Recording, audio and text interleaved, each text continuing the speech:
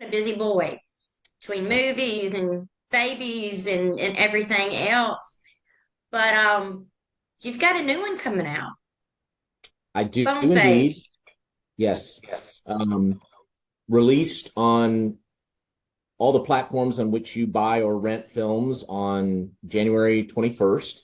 I was the lead producer on this film and a member of the cast, working with first-time director Michael Donovan Horn and some of my frequent collaborators, including Nathan Tape, our excellent director of photography, Lindsay Ann Williams, my partner in art and life, as our production designer, and an absolutely wonderful cast of actors, many of whom I'm very privileged to call friend. Right. Tell us a little bit about the movie. What's it about? So the movie is sort of an interesting cocktail of slasher meets whodunit. It's sort of Friday the 13th meets Agatha Christie, if you will. We begin with this camp scene where one of our characters is enjoying the last days of her last summer at camp as a camp counselor, and her fellow counselors throw her a surprise party, and it all goes horribly wrong as they are murdered by a uh, killer wearing a bone mask. So it begins with this sort of like slasher, 80s slasher vibe. Very quickly, the local law enforcement come on the scene, played by my buddy Jeremy London and my dear friend Elena Sanchez as Sheriff Cronin and his deputy McCully, Joe McCully, to investigate. And they track the killer to a local diner, 24-hour diner, where you have this rogues gallery of characters, all of whom may or may not be the killer. And the vast majority of the film takes place in that diner as the sheriff and his deputy try to suss out who exactly the killer might be. And it appears that all of them might have had at one time motive or opportunity. And so the film sort of spirals from there. But what I like about the film is I think it's a really intelligent blending of genres. You kind of think it's one thing, and then it kind of takes this left turn. And actually, I think the whodunit portion is one of is sort of the really driving element of the film, the most interesting element of the film. And it's populated, that portion in this diner is populated by these really strong performances, with a lot of repeat offenders in the history of film's retinue, like Jeremy London, Elena Sanchez, Ali Hart, Richie Montgomery, the wonderful Jared Bankins is in the film, Laura Cayuet, Artrell Clark, Escalante Lundy, Betsy Borrego. It's just a great, great cast of characters. And there's a lot of camaraderie between us. We've all worked together many times, and we genuinely like and respect each other. So it was just a lot of fun to do. It sounds like it. It sounds like a really interesting concept. Most of the time, we get a horror movie that's, just slasher or, who done it. And when they combine, that's an interesting story. We hope so. We hope so. We think we brought something fresh and unique to the genre, and we had a big premiere here in New Orleans, where most of the brain trust of the project are from, and it was very well received. So we're hoping for big things from Boneface. Right, right, I'm sure. And I have to ask because in the trailers and things, you see Bone Face. Mhm. Tell me about this mask because I found it really interesting.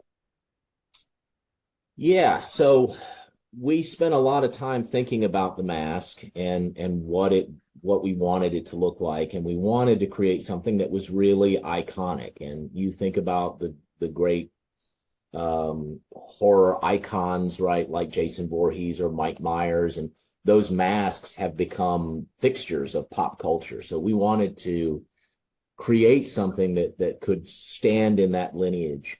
And it took a while. There were some false starts. we had a couple of designs that just didn't get there, that we probably spent a little too much money on out of the gate for an indie film. But ultimately, I mean, kudos to our production designer, Lindsay Williams, and our art director, Sydney Overham, who put their heads together and basically created that mask, forged that mask. And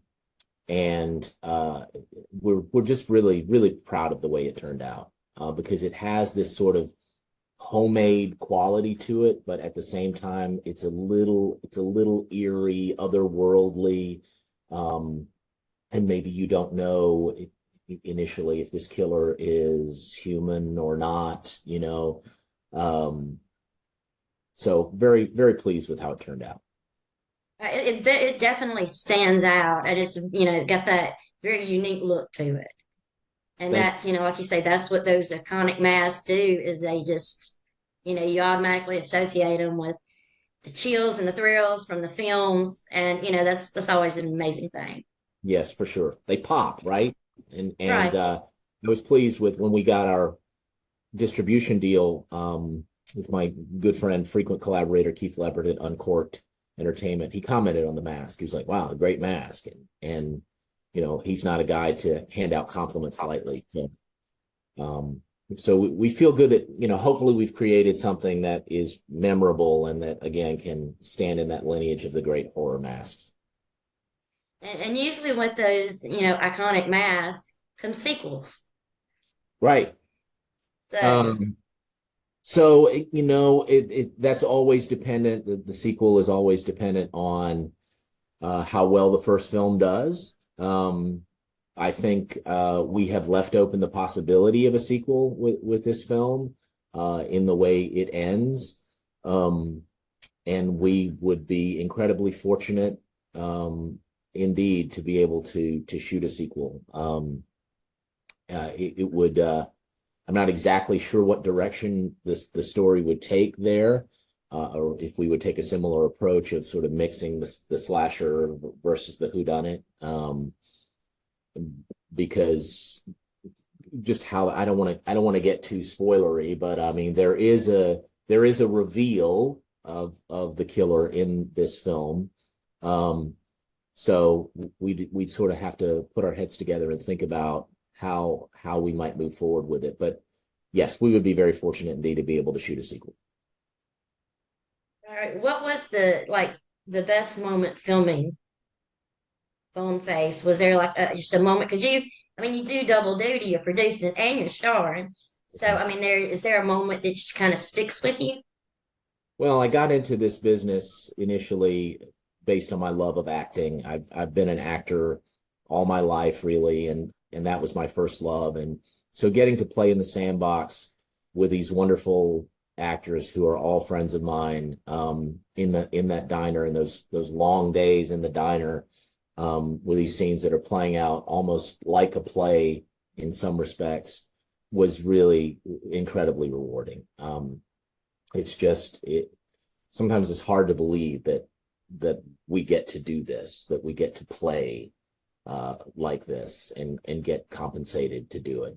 So I think those scenes in particular, finding that location, we knew that the diner was absolutely critical for a number of reasons. It's the primary location of the film. We knew that we basically needed to own the space, so we found a diner, a restaurant that was for sale in Wiggins, Mississippi, cut a deal with the proprietor, and we were able to just be in that space for 10 days doing this work. And it kind of having that home base and working with these wonderful actors in those scenes was that was really the great joy. And we kind of became family. And with I'm a creature of habit in my work, and that's why we have these repeat offenders in Historia Films projects, because when I find somebody that I really enjoy working with and that I really feel like we vibe and collaborate well together, we keep going back to that well. And so not only the cast, but Nate, our DP, and Lindsay, and others. Even Mike Horn, the director, had I had co-written a couple of scripts with him previously, including The Dinner Party and Demigod, which was the film that we shot after The Dinner Party. So we all know each other.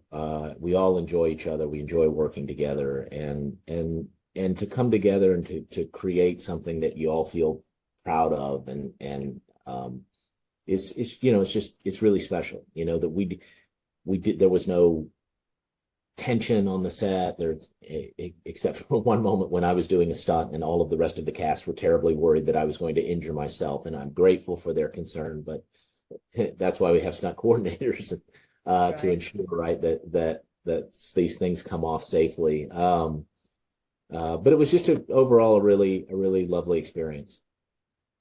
Right. And you definitely seem to have a pattern Mhm. with horror films and thrillers. Like, what is it that keeps drawing you back to those stories?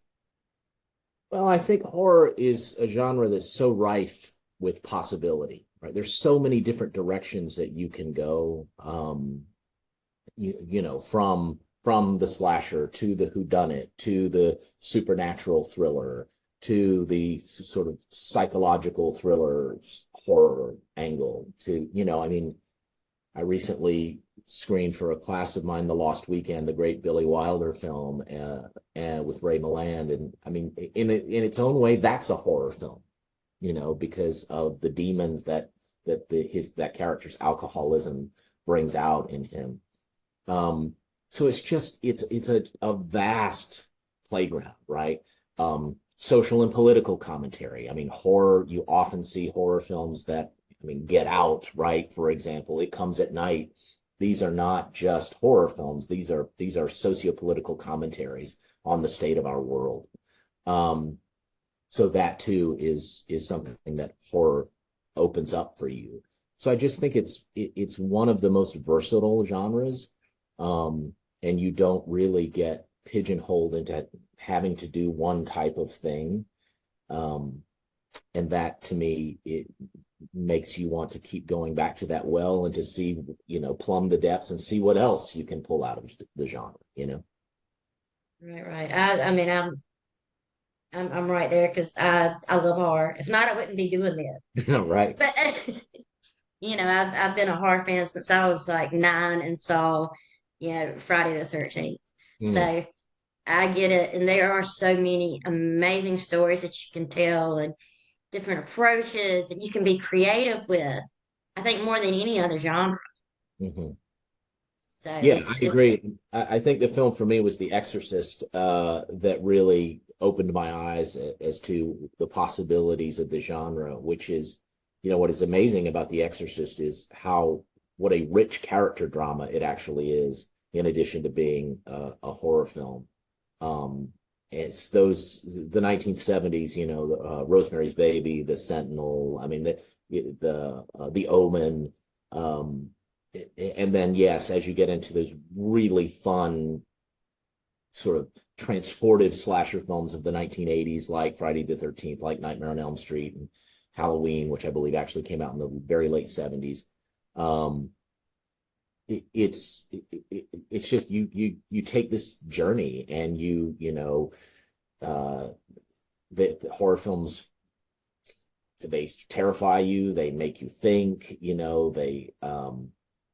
it's really, if films are meant to grab you emotionally and transport you somewhere, and be a vehicle of catharsis, I just think horror is one of the better genres at doing that. I agree with you. I agree with you. And now that Boneface is out and people are watching it, have you moved on to your next project? I have several projects in the pipeline, not all horror actually, but the one I'm most excited about and I'm hoping to get that film shot sometime this year. We'll see how it goes. It's a tough time to be raising money for films. Our industry took a bit of a hit between the pandemic and the strikes, and it is just now kind of finding its footing again. So we have hope for the future. I'm here in New Orleans. I'm seeing some activity percolating on the production. My next project, I hope to shoot in the greater New Orleans area. I've never shot a feature in New Orleans, and my favorite city in the world, and I'm incredibly fortunate to call it home. So I'm eager to get that next one off the ground, but I will certainly keep you posted. I appreciate that. And we're always happy, to get the word out because, we've talked to you several times. And you're a great filmmaker, you're a great actor, and you're always interesting. Well, thank And you. that's something that, I like. I aspire to be nothing if not interesting, right? There you go. That's hey, Always be interesting is one interesting. of my favorite words. I mean, I love it. Yeah. So Yeah. that's I think it's I mean, audience interest in and connection is so important in what we do. And what I like to do in my films is to keep audiences guessing and maybe do a little something different or something that they didn't anticipate. Um, and that's certainly what we're doing with Boneface. Like I said, I think it's a neat blend of genres that, and hopefully people will come to it and find themselves pleasantly surprised um, at what they find. So I'm all about keeping it interesting. there you go. That's amazing. And I can't wait to everybody, see it, talk about it, and give our 2 cents. But like I said, I it never fails. Your projects are impressive. So Well, thank you very that's much, Kelly, and thank you for covering and supporting independent film. As you know, independent film is largely a word of mouth business. It's a labor of love, and it's sites like yours and work like yours that help put indie films on the map. And so this indie filmmaker is incredibly grateful for you. it's my pleasure. It's definitely my pleasure because indie films are really where all the good ideas are. Mm, yeah. They don't have all those rules and limits like big blockbusters. They can explore and tackle new ground, and that's why I love them. Yeah, I think that indie films are often a great deal more daring. Maybe they have to be than a lot of studio fare. Indie filmmakers are willing to take chances. They have to be creative because they have enormous limitations, oftentimes, limitations of budget, time, personnel, you name it. And so, yeah, as they say, necessity is the mother of invention, and indie filmmakers have to be inventive, they have to be innovative, they have to be creative in their thinking, or the film simply won't get made. So I really Right. do feel like the indie film world is where you get some of the best stuff. Um, Yeah. and even if the film is not technically as pristine as a studio project, the heart and the passion that you find bleeding from indie films is so rewarding, right? And so inspiring to watch. Yes, yes, absolutely. I agree. And they're wonderful and we can't wait to see, what you do next. Thank you. And I just thank you for taking the time to talk with us again. It's absolutely my pleasure, Kelly. Please check out Boneface. And if you do check out Boneface, leave us a review somewhere. That would be awesome. Leave us an audience review on Rotten Tomatoes, on IMDb, on Amazon, whatever site that you find the film, because those are really, really important for us in getting the word out. Right, right. Well, thank you so much for your time. And we'll definitely catch up with you soon. Sounds good, Kelly.